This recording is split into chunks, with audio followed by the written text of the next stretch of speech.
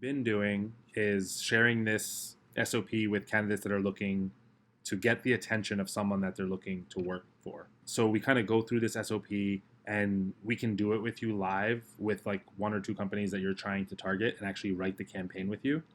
If you think that would be helpful. And then after that, we were thinking it would actually be interesting, and some of this might come out as we're talking, just to get your point of view, because obviously you're like very well versed in marketing and branding, and have had success in your career standing out. So we'd love to just hear some of what you've been doing on your search and some maybe advice or tips that you have for other candidates that might be looking to stand out as well. And then we'll kind of go from there.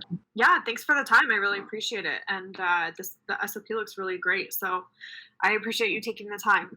Likewise, I appreciate you actually taking the time to go through it. I realize it's kind of dense, and if you're like me and like a visual learner, but it could be really helpful with all the screenshots. But then I realized in showing people that some people's brains don't work that way, so it needs more context sometimes. But basically, I think the sort of gist here, and maybe a good place to start is, how familiar are you with like cold outbound from the perspective of how like a business development or sales development rep would prospect and do this sort of outreach?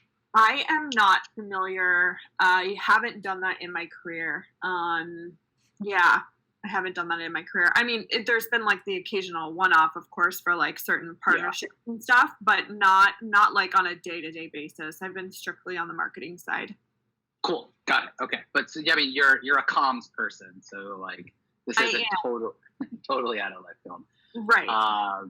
Well, short sort of like setup that for further reading, I would check out Beck Holland if you don't know her. She's really great thought leader in the sort of cold email space. This was the webinar and deck that I got these tactics from. But what's been really helpful for my team doing this in B2B is just sort of leveraging the beauty of the self-generated content on LinkedIn and the premise that most people kind of enjoy talking about themselves or get excited when other people reference something that they've created, contributed to. So we just take that, and that's sort of the core approach to how do we craft a message to a stranger and then apply that same method that we would do for pitching a B2B product or service, and applying it to pitching yourself. So that's sort of the gist. I don't need to go through this in too much depth. The rest of it's really just sort of tactical, like how do you put together the template and what would it look like? So I figured we could probably spend like 10, 15 minutes if you're game, sort of going through this approach with a company or a specific role or somebody you'd want to apply this to in your job search. Awesome. That sounds great. So I come from, and if you have thoughts on this and anything I'm missing, I will love it. But I've been spending a lot of time looking at like what tech companies would be best for me to pivot to, because I want to get into tech, and I think I'm one of the few in San Francisco who's never worked in tech. I've been primarily in real estate and hospitality, and while consulting, I've done a lot with like software and startups, but it was like one-off projects, not companies. So to get in, I'm finding that it's a challenge. So I was looking at like some of the major tech companies that seem to be more open to people who are coming from other industries. One of those is Salesforce, and the other one is LinkedIn. And great. And that's based on people I know who work at other like major tech companies and just kind of talking to people. As I'm looking at LinkedIn right now, I mean, it's looking like the hiring is low. So that's changed drastically in the last couple of months. But that is one I'm definitely interested in. Salesforce has 2,300 job openings. That's insane. And LinkedIn says they have, what if we go to jobs? Just curious. 10. Wow. Maybe we focus on Salesforce. Yeah, for sure. I think that could be, it's also like a real kind of easy company since there's just so many people. And I'm sure we could find a good example of this. So let's jump into what's like a job title or keywords? I would look like communications is definitely, or marketing. I did see some roles on there the other day that I was looking at, and I reached out to someone I know there, but I didn't get, or that I like an acquaintance, but I didn't get a response. And so I was like, my ears perked up at your templates and strategy, because I'm thinking like, okay, well, how can I do this differently? Perfect. Yeah. How did you reach out to your acquaintance? Via LinkedIn. Via LinkedIn. Okay. I assume you're looking for this role in the Bay Area. Mm-hmm.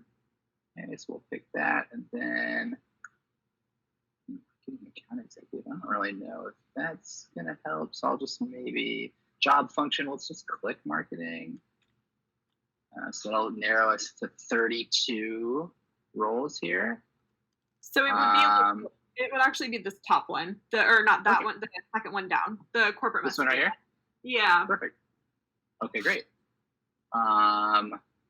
Off the bat, a couple of things that are kind of like in your favor. 5 days old and only 52 applicants, whereas like we did one of these earlier today, and the role had been up for 4 days and had like 350 or something. Oh wow. Okay, got it. Statistically speaking, there's going to be about 250 applicants per corporate role, of which HR will pick 4 to 6 people on average that they will phone screen.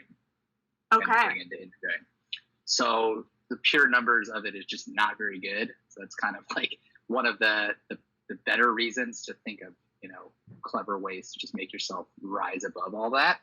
Yeah. And I think the easiest way that I like to do it is going into responsibilities or requirements. Now, is there anything in particular here? Because it sounds like you might have already like looked through some of this. Is there anything about you specifically, or anything that they're asking for that you think you're, I don't know, particularly awesome at, or like you read, hey, responsibility requirement, that's me. That's why I'm interested in this. Yeah, like if you go back up to the top, it really spoke about wanting to just, so the evangelization of positioning and messaging, and it sounds like they're looking to target some very specific audiences. That's like what I've done in my positions is empowerment through storytelling, and so yeah, so I think it's exactly what I've done. I just haven't done it in tech. Content presentations from Dreamforce to virtual webinars. Okay, awesome. Can you think of any specific like content, webinar, event that you've done that you would want to tell a story about? Assuming you got like an interview, maybe. Yeah, that's a great call. So a lot of content that I can point to. I'm putting together my own personal website right now. Oh, great. That will tell the story of some like other like websites, trade show materials I've created. Investor decks, stuff that I can share, obviously. So I think, I can definitely tell the story. Cool. So this is a good start. So I'm going to run over to Salesforce. They have a group. That's not what I want. I want a company. And then just to make it something that everyone will do. I've got Sales Navigator, which has like a lot of extra filters, but I don't think we need to go too crazy. Okay, so 309 people in the Bay Area that have corporate messaging. And then I wonder if it'll let me do someone more senior. Okay, we've got 2 VPs. I don't know if that's maybe a bit removed from the hiring, maybe senior manager. I'm trying to just, as I'm thinking out loud, what we really want to do is we want to be like somewhere within 2, no more than maybe like 3 degrees of separation from the hiring process. Either someone who is like directly going to be sourcing and setting up the call, or is going to be responsible for interviewing you, or would be brought into the evaluation even if they weren't interviewing, for example. So if we just use like Allie real quick, the next thing we want to do is see if she has any like activity, which sadly she doesn't seem like she has a ton of. I'll put her on hold for a second. Maybe Peter does.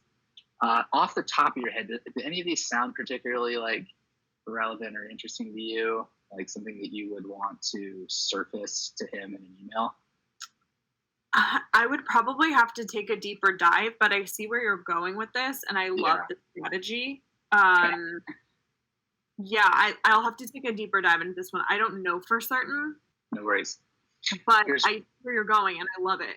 Yeah, the gist of what we would want to do is we would grab something from here. Let's just say it's account-based marketing. Let's say, all right, this quote right here, grab that.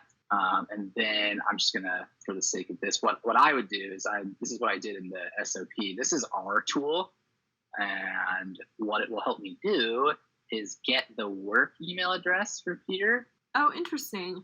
I would grab his email. If this is interesting, I can give you a month free of Interseller to play around with this and apply the same process to your job search. Okay. Happy to talk more detail about that later, but I'd grab Peter, and I've got a like campaign sequence here where I have that same template in the SOP, and I would go ahead and just copy paste that. And what this will do for me is just plug in some of that stuff. Wow, that's so long. So we would probably edit this down to like, just copy and paste it twice. That's why. Oh, that's why I was like, it didn't seem that long. Yeah, right.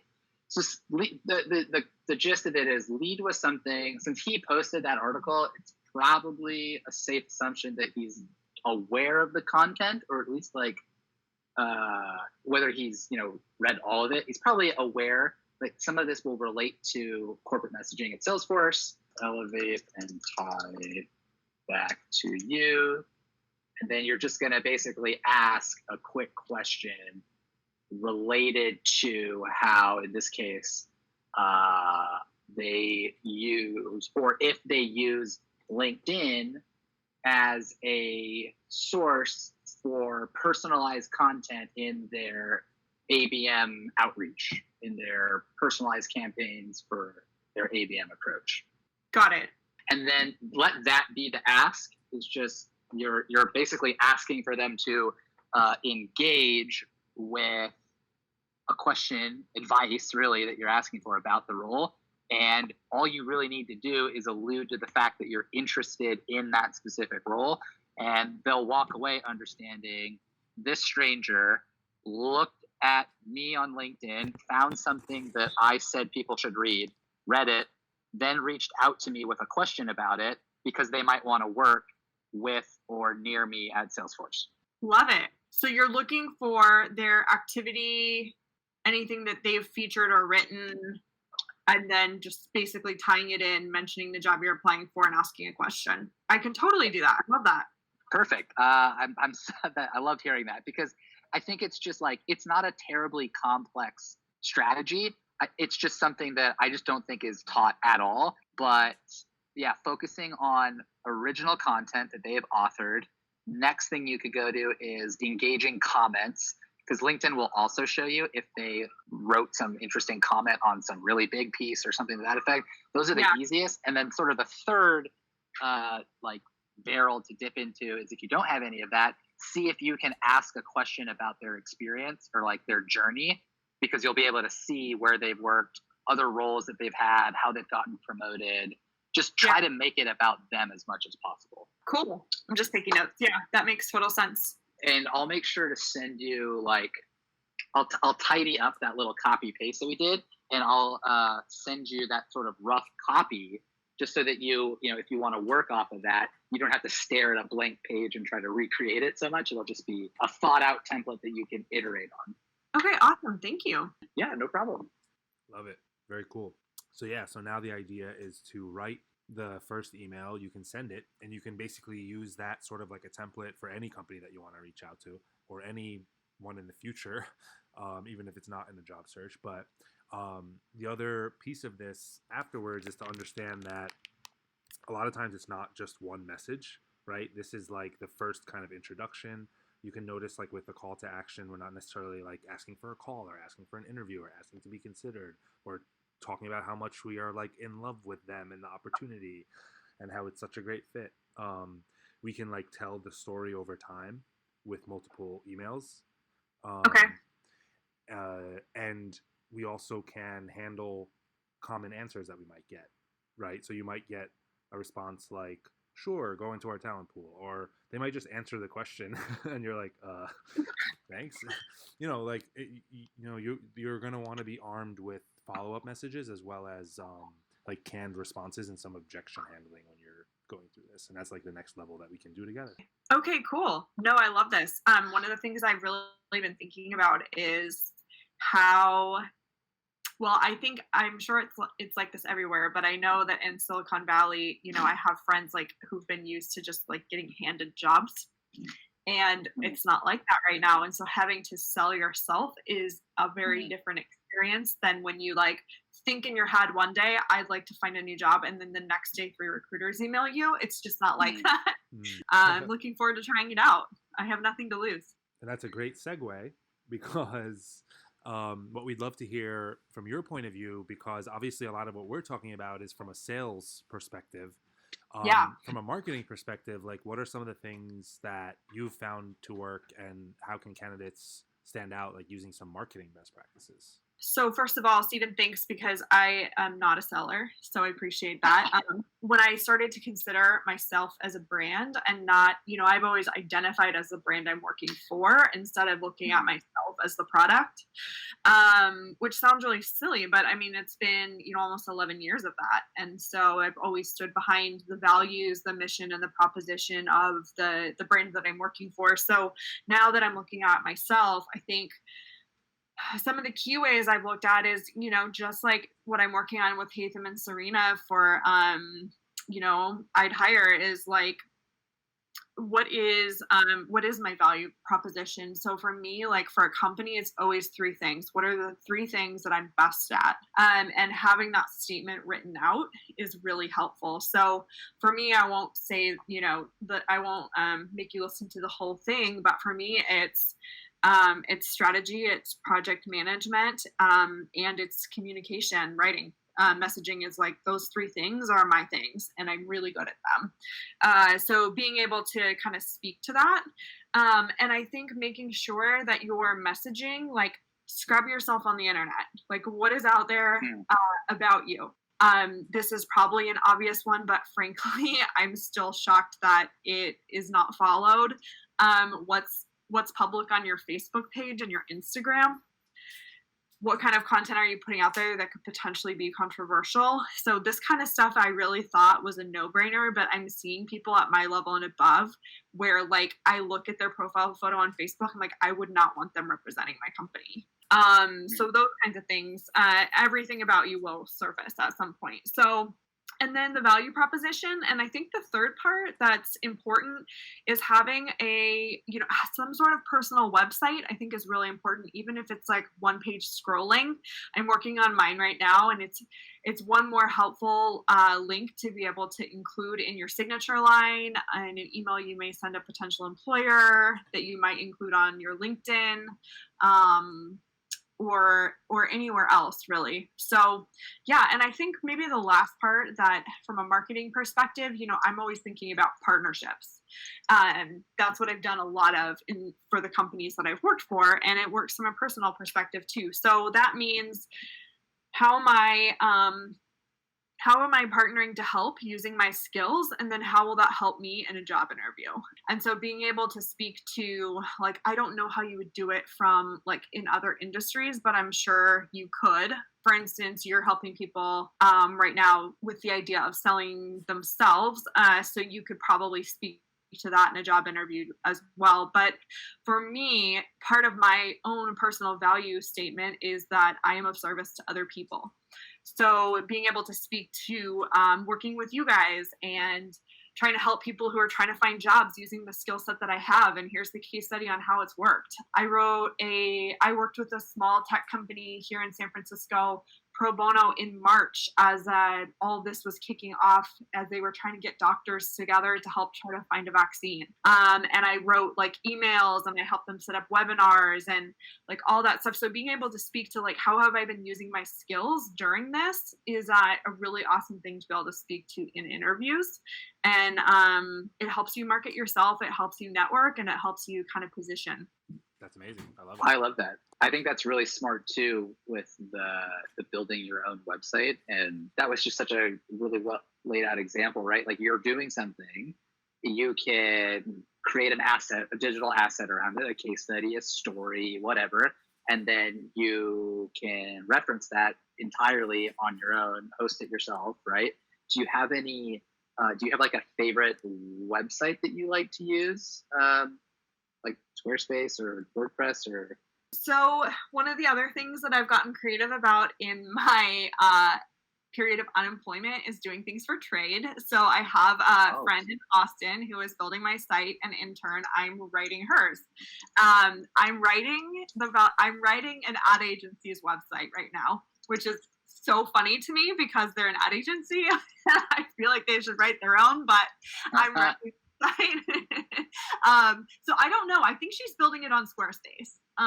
But she has a design eye that I don't, and like I get in there and I get completely overwhelmed. Yeah, there are easy templates. I basically told her like, here's 2 websites I like. Can you make something like this? So I'll have it next week if anyone wants to see it. But yeah, on there, I'm gonna say, what have I been doing during COVID-19? I've been unemployed for 2 months, 2.5 months. What have I been doing? You know, I just haven't been sitting around applying. I've been trying to help other people, other companies, you know, refining my own statements, like that kind of stuff. So that's great.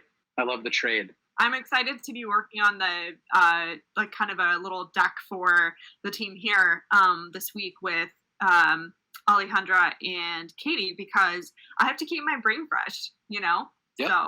And I think a lot of people just don't think about it because everything's so transactional, right? Everything you do is transactional, that there's lots of people, like you have value to offer. You can trade your skills for someone else's. It doesn't need to be this daunting thing where, I don't know how to build a website, so I need to go on Fiverr and I need to find the best person. Right. And do I have $100? You know what I mean? It's just, well, who can do this, and can I do something for them that isn't monetary but still valuable?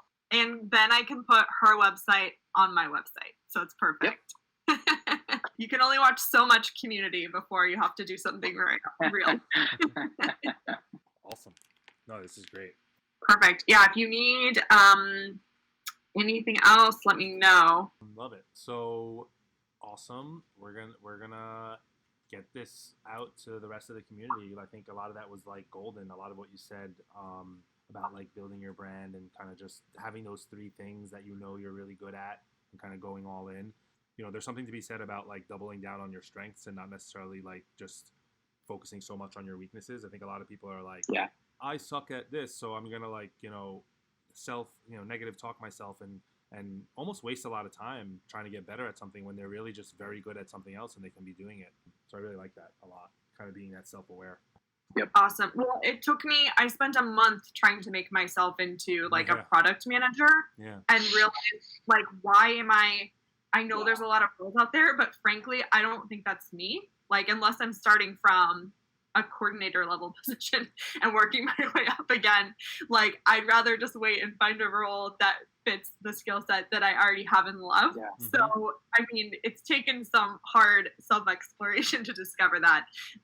But yeah, it's like, don't unless you really feel compelled to change your strategy at this point, I don't know that it's worth the time. And people can definitely disagree with me on that one. But for me, that's not my experience.